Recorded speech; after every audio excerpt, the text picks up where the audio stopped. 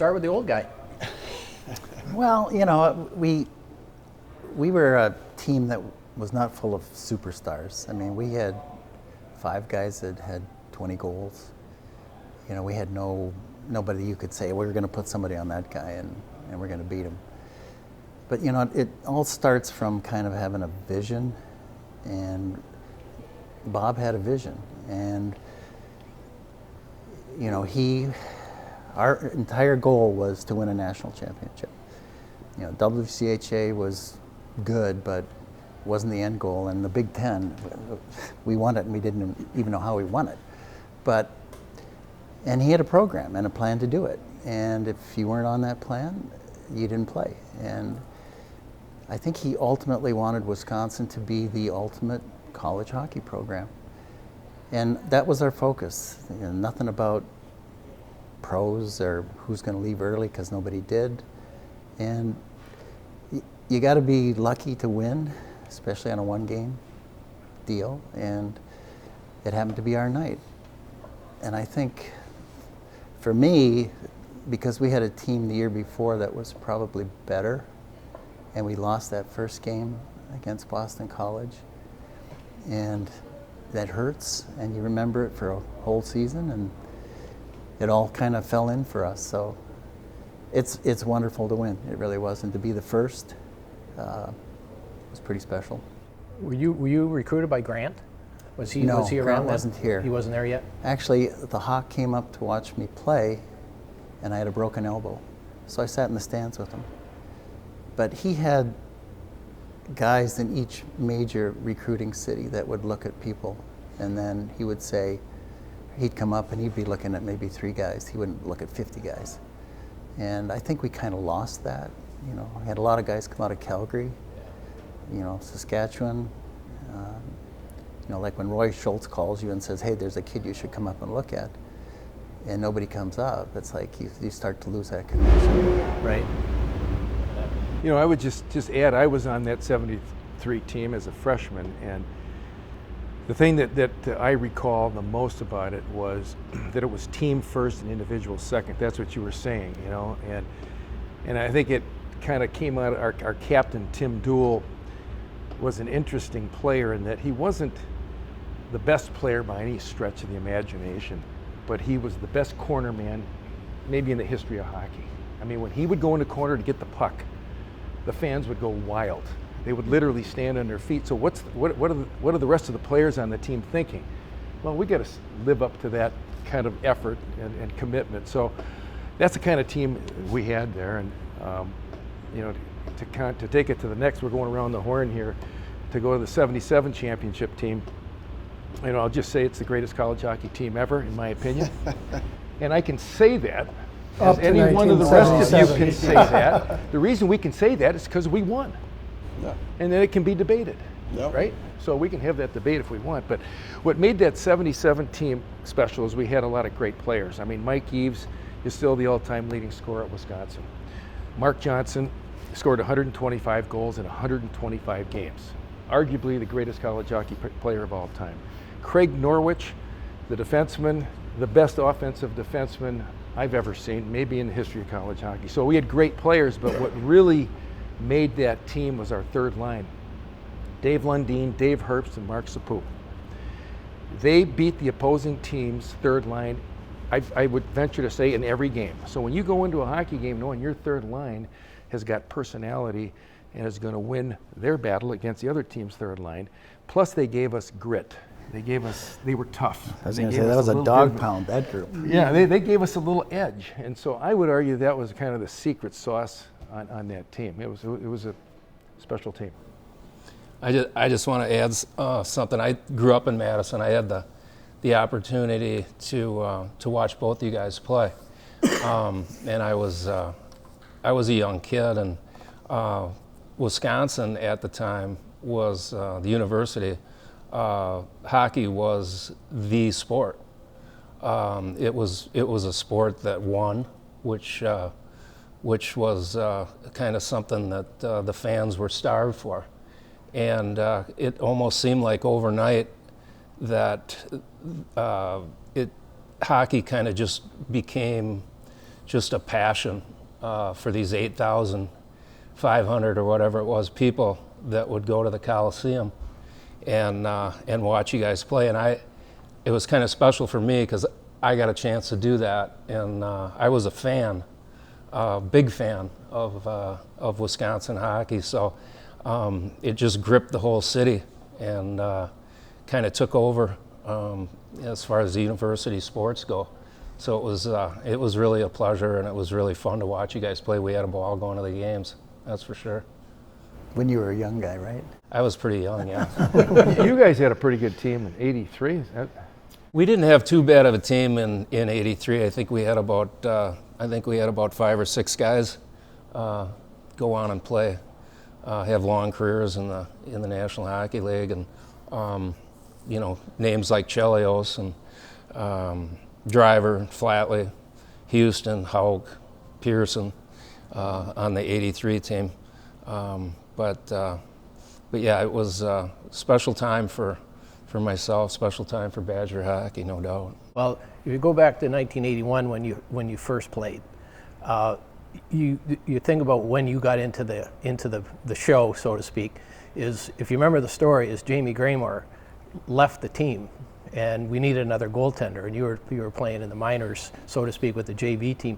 All of a sudden you come in and you stand on your head for the whole rest of the half of the season between you and Klinger, and we win a championship and you're MVP of the tournament. So what a great opportunity, but you know, when the opportunity was there, you stepped up and did it. And then we went into the '82 season, phenomenal team, and then of course all those guys stayed for '83 and won it again. So we really should have had 3 years in a row. So well, that was a great. '81, '82, and '83 we played for the national championship. Every year, yeah. So How's it like facing those pucks in practice every day? Well, I'm facing against some of the best players in college hockey, so Guys yeah, that that can helped. shoot, yeah. Did you wear a mask way back then, or? Not a cage, but a form mask. You know, back then that was kind of the thing to do. It kind of was your identity as a goaltender. Was, you know, how kind of cool your mask was, you know. Type. Well, I like the way you built your own when you took the black tape and did the Fu Manchu on the way. That mask was painted probably about 10 times that year, I think, when I was playing JV. But never ventured out onto the Coliseum ice with that, no. Yeah, Hawk wouldn't allow that. I don't think so. Well, I guess the younger guys here, when I say younger, not much younger, but you're a little bit younger. First of all, I got to commend you with the equipment you had to play with back in the '70s and those straight wooden sticks. I mean, I don't know how you raised the puck. Whereas in '06 with Gilbs, those new technology, those sticks kind of shot the puck for themselves, right? That's such a lie. But in any case, back in 1990, we had a similar situation where we had a bunch of guys. We didn't have maybe one star or two. We had a bunch of seniors, 7 seniors, really good underclassmen, and we went through a period of time where. I believe it was a Northern Michigan game earlier in January. We lost. So Jeff Sauer was our coach. I didn't play for Bob Johnson. And we told Jeff that we would take care of things and asked him if we could just have a players only meeting. And we basically had kind of a come to Jesus moment where we had to figure out, we had to be where your feet are, not thinking about next year, not thinking about anything else. And from that point forward, we won 18-1-1 and won the national championship. And I think we had a whole cast of characters, and I give Gilbs a hard time, but we've become pretty close friends, closely knit with the 2006 guys, but because I think they had a similar crew, but they had some guys like Pavelski went on and played. But we had a lot of guys that went on and played, but it was the leadership and kind of that, we were pretty selfless, and we had a lot of fun. A lot of fun on the ice and a lot of fun off the ice, sometimes to the detriment of how we felt the next day. But we came together at the right time. I think we had a similar experience where we won the league and won the WCHA and then went on and won the NCAA tournament. So it was a blast. And one of, I guess, the coolest things that we still have to this day is we're still actually on a group text. The vast majority of us on a group text. And as we all know, we didn't have cell phones back then, but we started this, and fortunately one of our teammates got sick with Rob Andriga with stage 4 liver cancer, and it kind of expanded from there. But we still text each other on birthdays and congratulations, and just to check in with each other, and it's a pretty special bond. So it was cool. I think that's, I would have touched on that too, is like the coolest thing you have is we still keep in touch with everybody. We had our 10-year reunion, our 20 is coming up. You guys set the page for us, right? Like you talk about Mike Eves, that was our coach, right? My experience was a way different my freshman year than it was my senior year. Like, and you talk about luck of winning a championship. There's luck with it, but ours took 4 years, right? It took 4 years for my freshman class, my class of guys that we had. There was a handful of us, but 5 at the end. But like we endured hardship that first year, and like sophomore year, junior year, took us till our senior year to really figure it out and just set the table for everyone else below us, and had a great group of guys to come in that I think made such a difference. Like if it wasn't for a guy that was a champion to come in and set the table for us, right? Like who knows how it would have ended up, right? But it got us to all play the exact same way, to work the same way, every single shift from our freshman year to our senior year, and that's how it ended up being a championship for us. And you guys being around, right? Like if you guys, we don't notice it when we're playing, but now you look back and you get to see the faces of guys that still live here, that still are from here, right? That still care so much about Wisconsin. And now I'm in this seat, you know, doing the same thing for the guys that are playing right now. I think it's what makes Wisconsin so great. And the guys that I won with, there's a handful. I mean, it was cool, like we were texting to see who come sit here. Like we have a handful of guys that could be doing this right now, and that's neat. It's the best part about winning a championship is hanging out with the guys that you guys won with. So, yeah, and I will say, watching that 2006 team, I mean, that was a heck of a team. And even though I think our team was the greatest team of all time, I will say that the 2006 team would have beat us because you guys were physically more fit. We weren't lifting weights and training the same way that you guys were. What is that, 30 years later, right? And so, you know, I thought that was really a heck of a team. Different era. Speaking, like, did you guys, like, was it 4 years a norm for guys to play college? Or did guys leave early still, or? We had a few. Very few. Yeah. Very few. I mean, that's part of your plan as, you know, the Hawk. What person am I going to bring in here, both as a hockey player and a student? And it's like that distraction of playing to the next level just wasn't there. It's like, hey, if you do your job here and you do it well, and if you want to continue, okay. But nobody talked about that. You know, it was all about, no, we're here for 4 years, and you know, when you grind for 4 years, you know, it's you get really close to the guys. Like I'm way closer to the guys I played in college than afterwards. And you know, our reunion last year, I mean, I think we had everybody back except for like 2 guys. And it was just like yesterday. We're all talking about stories and all sorts of stuff, and how much better we were back then. A lot different back then, though, too. The NHL didn't really look at college as a way to get to the NHL. You're right. You know, and it wasn't until after the '84 Olympic team, when the '84 Olympic team won gold, they started actually looking at the college player. You know, like, look at all the players, you know, back in the '80s when before that '84 team had won, that The guys 80 team. or the '80 team that had won. Wish the '84 team had won. That was your team. Yeah, right.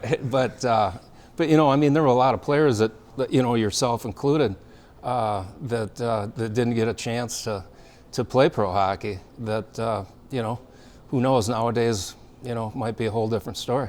Yeah, well, back in the, you know, they switched the draft years from 19 to 18, which made a difference too. So now they're trying to get those kids before they go to college, and put them into the majors, right, major, junior, rather than go to college, because you know they were losing a lot of these kids into the college. So that's one of the reasons they backed up that to the 18s. So they threw all those kids into the thing. But you know, you look at the 80, you know, our 81, 82, 83 teams, and those many players that did go pro. You know, Chelios, Flatley, Driver, Mullen. yourself. I mean, there's tons of them. That was when they kind of started to break in. You had the Broughton brothers and other players were, hey, we can leave those kids in there, let them develop rather than put them in a junior team or minors that we got to pay for them. So it was another big coup that, hey, leave them in college until they're ready. And then they realized that there was a good league and they start pulling them out. So I think winning the gold medal in 1980 opened the floodgates. Now, for that team alone, I think there was a dozen or 15 guys that all played in the NHL and had really nice careers, to your point. And well, if you look at where we are today, I was a Detroit kid, came here after the legacy you guys started with, 4 national championships. And then and just think about it. I was fortunate. My daughter actually played softball here, but, to where we got, our one issue T-shirt and shorts, and then you handed it back in and they gave you a fresh pair. Yeah, right. To it's like Christmas when they give them all their gear. And it's just different from the 70s, 80s to today. And if you think about what our current teams have to deal with hockey and basketball and football, you're talking about people leaving early. I mean, that really wasn't in the cards, whereas now it's like, well, what's next? And I think that, the one thing that I think that the 6 of us can look back on is we were, be where your feet are. Pay attention to enjoy the college experience because it doesn't get better. And we had a lot of guys that went on and played pro, and I don't stay in contact with nearly that many players, but you have to be almost like a general manager nowadays with college sports and the NIL and all that, and I think that wasn't a part of the equation back then. And all the trainers and the shooting coaches and skating coaches, our idea of working out was switching to light beer and walking faster to class. That's amazing. When you walk into the locker room and you see it, it's like, oh my God, this is amazing. I mean, we used to get on a bus, a school bus with our equipment on and ride over to Hartmeyer and then ride back. And Tommy Chuckle would drive the bus, and feel honored to do it. Feel honored. I mean, it was. Where was the locker room at the Coliseum then? No, the locker room was at the stadium because the Coliseum hadn't had ice yet. So you didn't have ice at the Coliseum? No, not early when at the beginning of the season. Oh, I see. Okay. So we would ride that school bus over, and there's 1,000 stories about the school bus there. Yeah. But I look at these kids now, and it's like, wow. And even coming out of, like I grew up in Calgary, and we played a lot of little rinks around, and they're just little rinks. They're chicken wire fencing and stuff, and I never played in front of 25 fans, and then get down here and see the Coliseum, which I thought was an absolute state of the art. It was back then. And then you go and you look at today. I mean, it's huge. You walk into that locker room, they've got their own little training area. They've got their their lounge that they go into. They get their granola bars, and that we used to stand there in line. And their good clothes and their the good clothes and over there, and then their jumpsuits and all that. And what we would after a game, we get.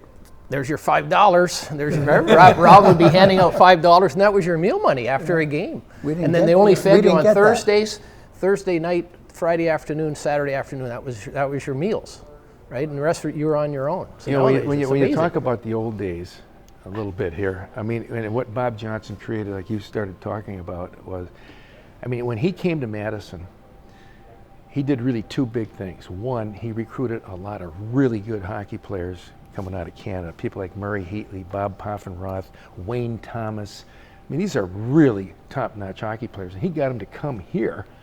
And I don't even think we were in the WCHA at that time, And then the second thing, he sold hockey to Madison. I mean, he was constantly selling hockey. You can just see him, rubbing his nose, and you know how he was, right? And so look what he's created. When I was a freshman, he got all the freshmen and made us put our hockey equipment on, and we drove out to Easttown. And you know how you have those big open areas with a kind of a podium.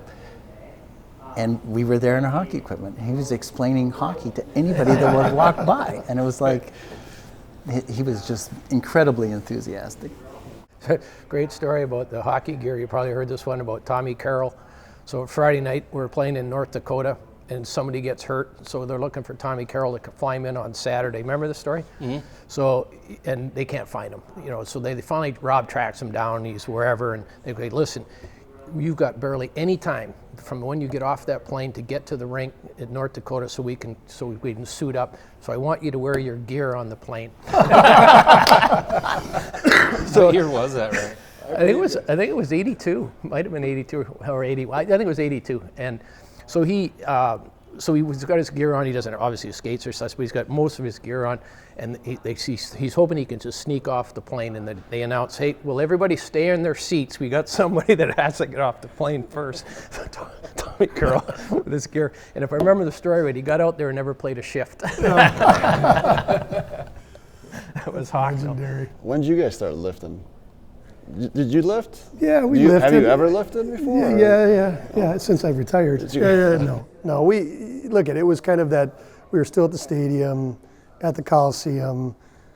I think maybe we had a weight room out there. I don't know, but it wasn't. But yes, we started to get involved in it. But the training is just different now. Yeah. I mean, I agree. Like today's hockey, but even look at the video and we didn't.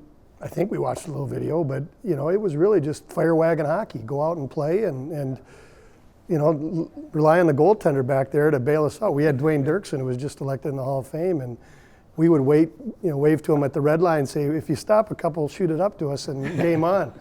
But it was more of a feel thing. It wasn't, we were talking about it before this started about the size of the players nowadays, and you look at football now though even too, and I know. We're all talking about old stories, but the size of these football players, back in the day, maybe they were linemen, now they're running backs, and so I think everything has its natural progression, and you kind of play to the technology, whether it's wooden sticks or composite or. You still got to make a pass. You still got to be able to be skilled, and I pass, think that's what's important, and so I think it's really interesting to look back, and if you look at how. Kind of I think the resonating common theme is a great group of guys, common goal. We were really grounded at Wisconsin. We weren't thinking about what's next and cared for each other as players, as brothers, and as teammates. So I think that's probably consistent here. Yeah, I think, I look back and I was really fortunate to play for Bob. Bob was a phenomenal coach. He would learn from anybody. If something was interesting, he would learn from it, the Russians or whatever. And he had this knack he was always up, he was never down. And he had this knack of knowing which player needed what. Like I didn't like to get barked at, so he never barked at me. But certain guys, he would get pretty fired up. And he would never yell. And I remember we were a tough team to play against. I mean, we had very equal lines, we had really good defense, and we had good goaltending. And we played hard, we really did. Except one night in Michigan State, and we came back, and the bus pulls up, we're getting ready to unload our equipment, and he goes, "Yeah, don't put the equipment away." He said, "We're gonna go for a skate." This is like midnight. So we put this cold, wet equipment on. We go on the ice, there's no pucks. And everybody that's played, if there's no pucks, it's not going to be a fun day. The weighted vests came out? And he skated us hard for an hour. Blew the whistle, never said anything. He said, "Okay, that's it." So he had gotten his point across really well. And that's the only time he'd done it. But the other thing about Bob Johnson that I admire to this day is his coaching style. As you say, he never really yelled at anybody. So if we were down 2-0 after the first period, he wouldn't walk in the locker room and read the riot act to the team. "You guys stink, you got to play." But what he would do is he would change something. He said, "We're going to make an adjustment." Is what he would say. "We're going to make an adjustment." And it might be the forecheck, it might be how we kill penalties, it might be what we're going to do on the power play, but he gets you forgetting about how bad we were and thinking ahead as a group as to what we're going to do now. And it was ingenious. That was really what he was all about as a coach. It was always positive, and it obviously worked. Bear, how many times did he come in when we're playing and things aren't going well, and he put on the music, and it was like marching music. The marching band music. Turn it up, Rob. Get the music on there. I got a funny story about Bob Johnson. used to go to his hockey camps, obviously, when here in Madison. So I knew him since I was probably about 7 or 8 years old, and that was back when he actually was there for the whole time. You know, from the time he started, he was there at every session. He wasn't just a figurehead that, you know, showed up once in a while. He was there teaching. And so I knew Bob, and he knew me, and obviously, and when I started playing at Wisconsin and started having some success, much to my dismay, but started having some success there and started to feel comfortable, I started getting a little lackadaisical coming to practice, and I'd sometimes get there a little late. Wasn't the first one on the ice like I was when I first was promoted to the Coliseum and got a locker room, and so I'm just barely making it on the ice before the 3 o'clock, or I can't remember what time we actually started skating back then, but so I'm rushing in there, and he looks at me, he's got all his stuff on, and I'm just coming from school, just parked the car, ran into the back of the Coliseum to try to get dressed, and he says, "You're late." And I said, "No, I got like 5 minutes, I'll get out there." And he says, "You know what? Why don't you just take today off? Why don't you go to a movie and see a good Western?" I love Westerns. I said, okay. So you did it? I did, and I didn't go to a movie, but but that's the kind of coach. And like you said, when you said he knew what some people needed and others needed something different, but that's what he kind of did to me the one time. That was his way of saying, be on time. Yeah, exactly. I wasn't late again after that. I get a question.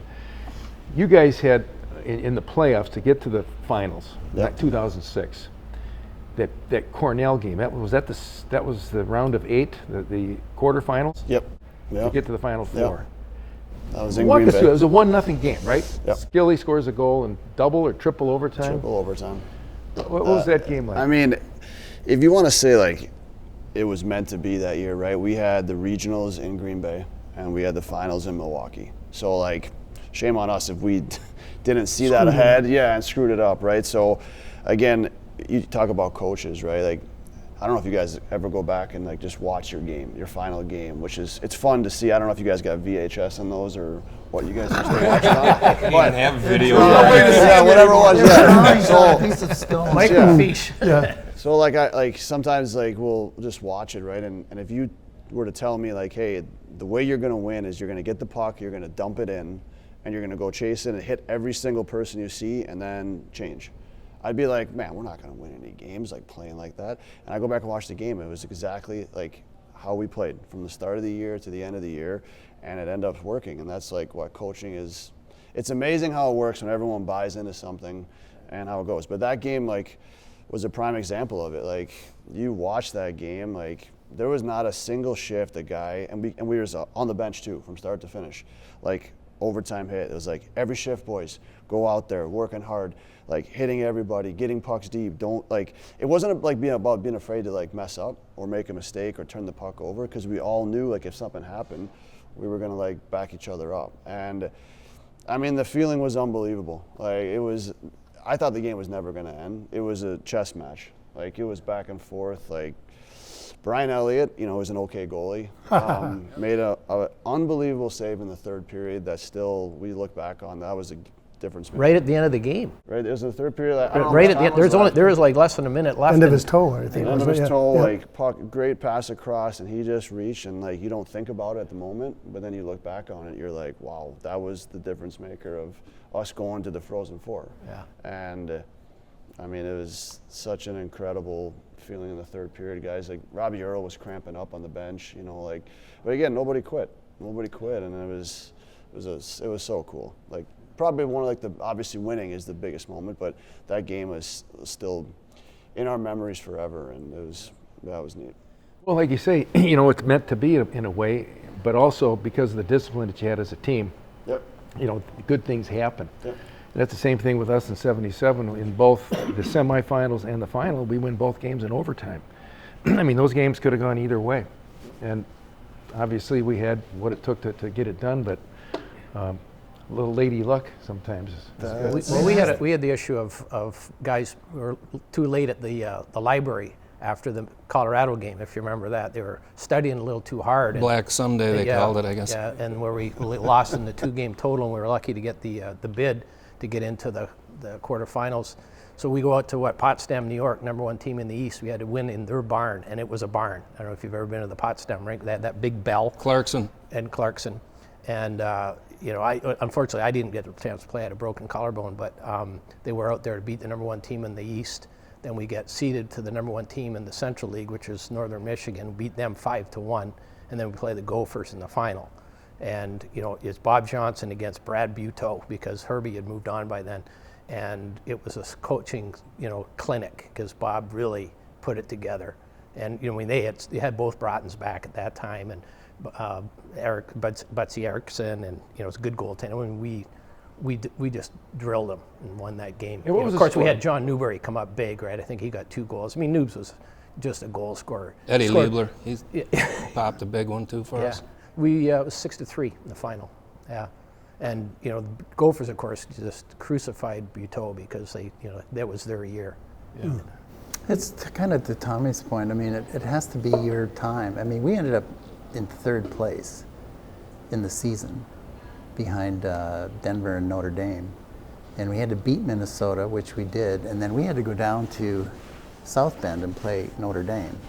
And it was a 2-game total goal, which was, at least it's better than a one and done. But I mean, it was right down to the last minute, and we got a power play. And I remember Hawk told me, go down there and set up the power play. And so I carried the puck down there, and like nobody came to me, so I just kept going, and I went around the net, and I looked, and Dave Pay was standing there, and I gave it to him, and he put it in, and that's it. And Notre Dame was crushed because they had a tremendous team that year. So for us to beat them and to go to the Final Four was 8-7 total goals. Yeah. But if you think of the history, it starts with Badger Bob, and then you go to Jeff Sauer, and you go to Mike Eves and Tony Granato, and now with Mike Hastings. I mean, Wisconsin's been pretty blessed with great coaches. Started with Badger Bob, and I think that you talk about, back in our day, Jeff was not I don't know if he would tell us to go to Westerns, but he kind of let us do our thing, and he adapted. And I think, you're still coaching young men, and it's, at the junior level, and you have to adapt. And I think the adaptability of the coach, specifically for our era, is we had 7 seniors, and not to say he just opened the doors and let us go, but he let us take a bigger leadership role, maybe. And I think that it paid off for us, and he was a little bit more, there's some funny stories that we all have, and I think back on them. And, as I went on and my kids got older and I coached, you try to grab, I was fortunate to go on and play professionally, and you grab a little something from each coach. But, it's looking back on the years we won and the year we won, it's the adaptability, and we had to adapt as a team. He had to adapt as a coach, and I think that's really that really, at the end of the season, like I said, 18-1-1,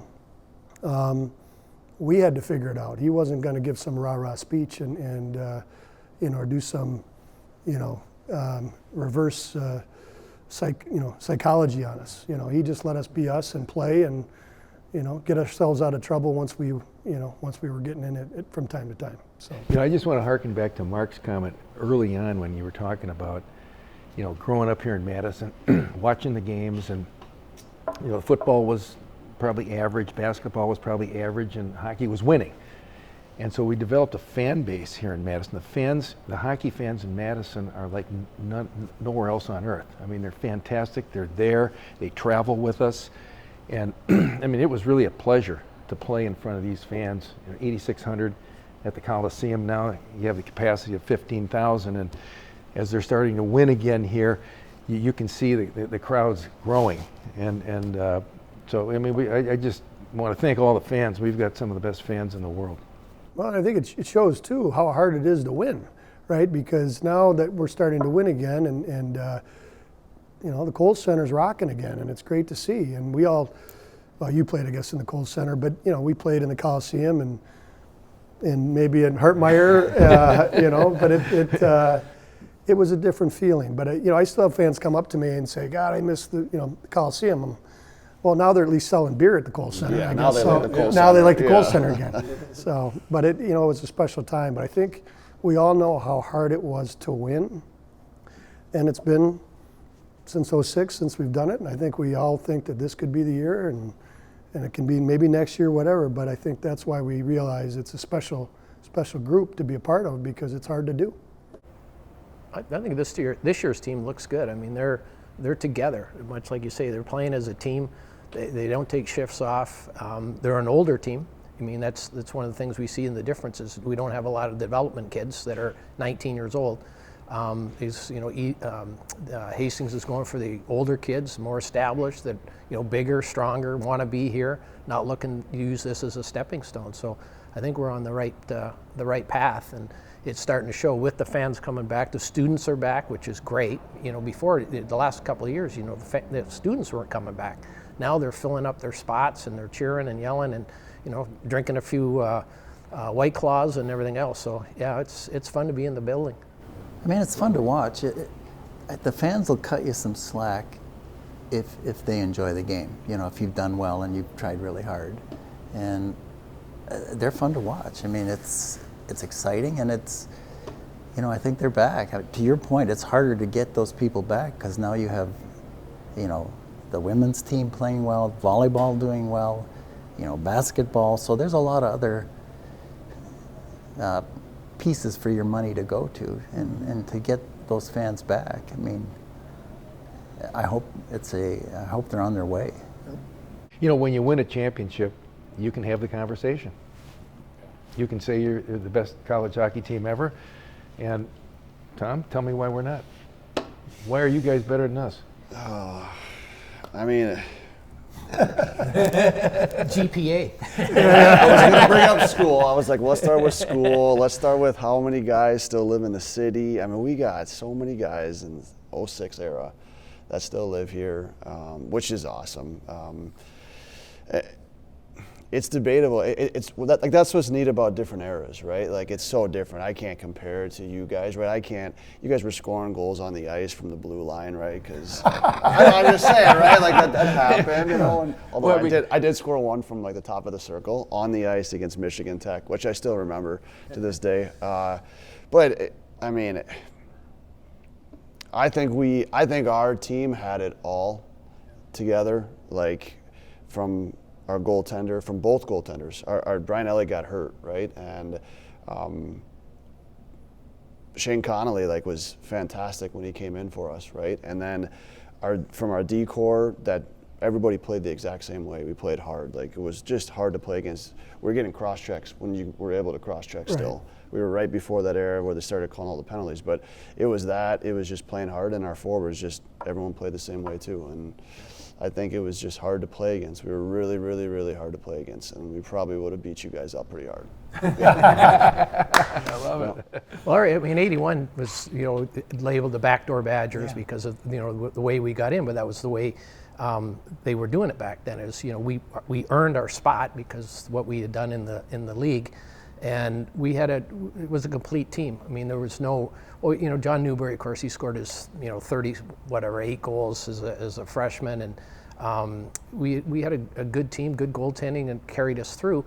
And it was unfortunate that we lost the one to Colorado College, but when you go out and beat the number one team in the East, the number one team in the Central League, and then the number one team in the WCHA being the Gophers, you've earned your place to say you're a champion. But I do want to say shout out to the '82 team. When Mark was on that team, is because I think we went something like 19 in a row without a loss, and we played North Dakota in the WCHA playoffs, and we beat them 9-0 in their building. And then when we finished second that year behind them by I think 1 point. So we had to go out there. By the time we won our first round, we had to go out there. We beat them 9-0, and then I think it was like 3-1. And then we play them in the national championship game, and they beat us. And people still say to this day that had Bear played that game instead of Klinger, because Klinger went back to back. Maybe he was tired. We don't know. We beat Northeastern. I think it was 5-0 in the first game. Played North Dakota for the national championship. And by far, we had a better team, no question. And you think of the guys that were on that team, no reason for us to lose, but we did.